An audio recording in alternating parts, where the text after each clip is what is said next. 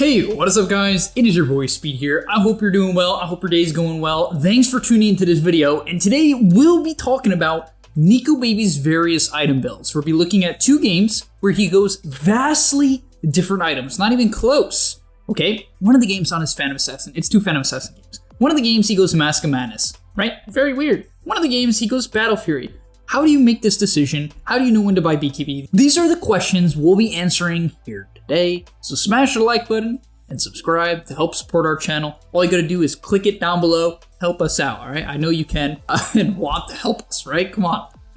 And all right, let's get into the video. Also, if you haven't already, sign up to the GameLeap website. We're putting out a lot of cool content there every single day so that you guys can enjoy the game of Dota and learn at the same time. So it's great fun. So go sign up to it down below right now. All right, let's get into the video. So in this first game, let's look at the context. First things first, he has a Magnus. So right off the bat, Battle Fury doesn't become as good. However, I've seen this idea within a couple of players that if you have a Magnus, you can't buy Battle Fury. I actually don't find that to be the case. It really just depends on what your timings are and when you think you're strong. So let's look at this game. His team is doing very well. He's stomping his lane. He got a kill, 22 CS a minute 3. I mean, how crazy is that? It's perfect. It's the perfect game. Also, if we look at the enemy team, they don't have that much magical damage. I would say Doom is good against PA. I would. Mid Doom can definitely solo kill PA, so you have to avoid him. But other than that, it's a support Tiny. Support Tiny is very good against PA if he has a good lead, but with how this game's going, he won't even have that many levels, and therefore, it's kind of just a great PA game. Prophet does very little to you, Enchantress does very little to you, Spectre does very little to you, and so it's a very good game for PA to fight for that reason. And also, he has a Magnus. So there's multiple reasons in this game why he wouldn't go Battle Fury. He already has Empowered Farm, and as I just mentioned, it's a very, very good PA game to fight. So moving ahead here, let's actually talk about how he plays this game. It's something I've been discussing with some of my students, and I want to make really a big point about playing with Magnus. Magnus is a pretty popular hero right now, and so I want to make sure you guys understand what you should do. And a big thing that you should do is play around mid. Whenever you have Magnus, typically your ability to fight, especially if it's a support Magnus, is fairly mediocre in the early game, right? Because Magnus just doesn't do that much when he has maxed out Empower. It just kind of empowers people, and so typically you want to play around the Magnus, and you want to play mid, or you want to play in the safe lane if the enemy team has left that area, and that's what NikoBaby is doing here. Also, let's take a look at his items. You see how he has a ton of stats? This goes to show that he's very confident that this is a great game for him to take aggressive farm on the map. And that's exactly what he's doing here. He just cut the bottom wave, and that's because he feels safe. This is one of the hardest things to learn how to do as a safe laner. Understanding when you should feel safe. And it all comes down to matchups, which we discussed earlier. And you can see, look at the farm he's taking. Cuts the bottom wave, at least tries to. Blur kind of prevents him from doing that. But he can even run at this Spectre. Is this something you typically do as PA? Not necessarily. In a lot of games, diving a tier 1 tower or going under a tier 1 tower is not a good idea. But let's go back to what I said. He has a Mask of Madness, a ton of stats that let you fight early into the game, and he had a good laning stage. Because of that, he has a 2-level lead on the Spectre, and anytime you're this far ahead as a carry, you have this option. Some games you don't want to, still do this because it can get you killed, but in this game, he can. And funny enough, even though he makes that play, the enemy team ends up TPing like 4 heroes bottom, and he's immediately back to the jungle, just shredding through these ancient camps. It's some obscene amount of farm, right? And the Mask of Madness is really good at this, right? Mask of Madness is incredible at allowing him to take these camps unbelievably fast at this point into the game. And you might be saying Speed, but why not just use Blink Strike? Well, Blink Strike has a cooldown. It's 5 seconds, so it's a 3-second downtime. And Mask of Madness gives you lifesteal as well, right? Lifesteal and a fair amount of damage. It's 15 damage and 10 flat attack speed. It's a very good item just in pure damage. And now as we continue to look at this game, his next item decision is going to be Desolator. I wouldn't say it's like a particularly great Deso game, it's just a really good item on PA. There's no better damage item on PA. Deso just does what you want, reduces armor and gives you pure damage that enables your crit to do 1,000 or more damage. And so yeah, up until he gets his Deso, he's playing very defensive. And a lot of players struggle with this. They'll buy a bunch of stat items, they'll have a good start, and they won't go Battle Fury, and they'll convince themselves that they need to just fight. But in this game, he has Empower, and it's okay to wait for your timings, right? He's about to get his Deso, and then he can look to insta-kill the enemy team. That is your major power spike, and it's okay to be patient for that, even if you think the enemy team scales, right? So as he's farming right now, let's look at the enemy team. Nature's Prophet, very good scaling hero, right? Spectre, I don't feel like I have to say much about that. Doom gets very farmed over time, right? Naturally just gets gold. So all in all, the enemy team scales well. His team scales fine. It's a Magnus draft. It's no problem there. But at the end of the day, they can end the game when they hit their timings, or at least start to put some pressure. That's what we see. The Deso comes out and an immediate smoke. And this is how you really, really become a good carry player. You have a good laning stage, you learn how to stomp your lane, then you learn what your timings are and who you can pressure, who you need to avoid. You notice how we avoided the Doom at all costs this game, even the Tiny to a large extent.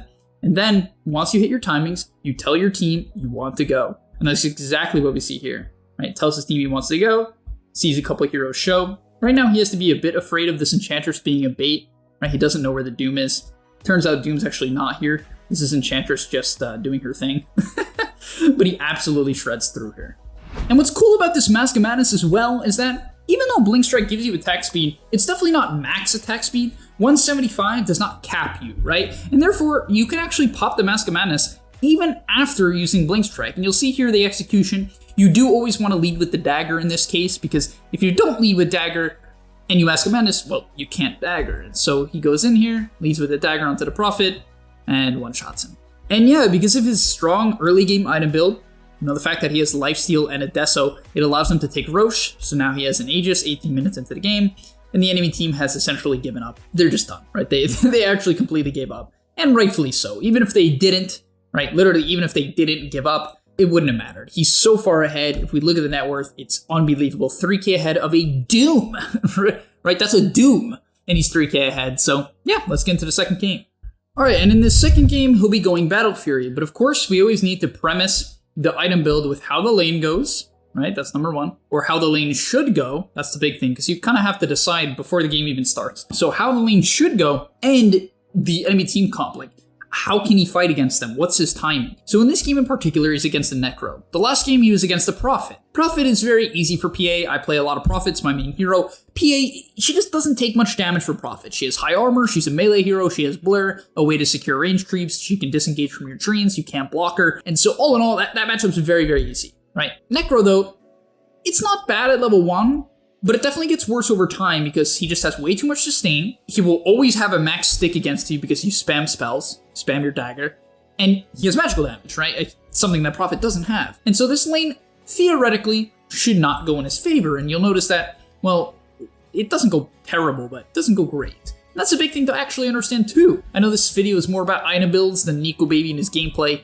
but he's very good about having discipline and knowing when to go aggressive. He knows Necrophos is not that strong at level 1. The hero's just not. It's not weak, but it's not what it becomes, right? Necro becomes dominant at level 3, level 4, level 5. And so he's going aggressive here. Unfortunately, his Shadow Demon does go down in first blood, but he does get a return kill nonetheless. And so, unlike last game where he had 22 CS at minute 3, he only has 30 at minute 6, which is still not that bad. He's a pro player, guys. You know, you have to be able to get high CS no matter how bad your lane is. And trust me, this lane was really bad. I didn't make you watch the last 5 minutes, but Necro was diving and diving and diving. He's bought range drops, which are more than half out at this point. You can see the lane is going real bad. And in this clip here, well, this kind of goes to show why it's just not a good matchup. I mean, no matter how much damage you do, you can still get sunstriked and just die. Now in this game in particular, let's look at his items. So he's going to be going for Battle Fury. Could he have gone Mask of Madness? Maybe, but that build is very greedy. Going Mask of Madness and Battle Fury, it can be viable, especially on a hero like Jug that actually uses the Mask of Madness reliably to fight. It's good on, right? You can go Mask Battle Fury, but on PA, if you go Mask Battle Fury, it's just sketchy. You have 2 items that don't keep you alive at all, and you don't do that much damage yet, right? The Deso is really the big timing, and so he just goes straight for the Battle Fury, right? Goes straight for the Battle Fury, and let's look at his gameplay. He's still going to show up to fights, right? This fight is very deep, and it's on his side of the map. This is what I try to teach carry players. If you go Battle Fury, you still can fight. The fights just have to be on your side of the map, and they have to be fights where it's clearly your team cleaning up, right? It's a hard thing to recognize in the moment, but it allows you to get big kills like that. Also, another thing I'd like to mention is the matchups. We discussed it a lot last game, but let's discuss it this game. He can't jump Necro and kill him in the early game. He can't jump Void and kill him in the early game. These heroes just don't die to you unless they've messed up. Even Invoker, it's not that good. He does a lot of damage to you in the early game. He can tornado you, cold snap you. All in all, he can control you.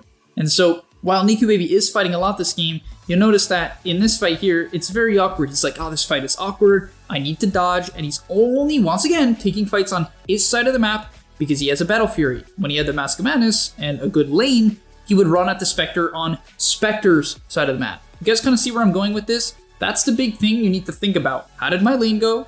What are my items? And do they allow me to play the enemy side of the map? Or should I only play my side of the map? And by the way, you can play the enemy side of the map if it is the farm, right? Just to quickly look at this clip here. He's farming an aggressive part of the map. It's on the enemy side, but technically the map splits. Once you take this tower, very often instead of the river being what splits the map, it's actually the mid tier 2 towers, right? If you connect them, the map splits. It like shifts, it flips, right? Especially when there's a fight going on mid. This is absolutely the safest part of the map, and therefore he's farming up here very comfortably. But actually, once again, he TP's mid, right? It's very funny. This is something that, especially Nico Baby, I've watched him quite a bit now. He does this all the time. He is ecstatic to TP mid and show up for cleanup kills. But because of his good decisions, he's able to take quite a few stacks and is able to pick up around a 17-minute Battle Fury, which is really not great. I'm sure for all you PA players, you know if you have a good enough game, you're really snowballing. You can get a Battle Fury minute 13, minute 14, even less if it's really an outlier game. And so yeah, like the big timing for him this game is really his 3-item timing. And that's always the case anytime you're countered. I really do believe this. Are there exceptions? Of course. But let me explain. When you're playing Phantom Lancer, right, the hero with illusions, not Phantom Assassin, if you are countered by an Earthshaker, in my opinion, and what I've observed over years of studying the game, is that your major timing against Earthshaker is when you have 3 items. Diffusal, Manta, and a Heart, or Abyssal, right? One of those 2 items when you become exceedingly tanky. And so that's how I look at that. And for PA, it's very similar. What counters PA? Magical damage. But if you go Battle Fury BKB, you can fight. You can.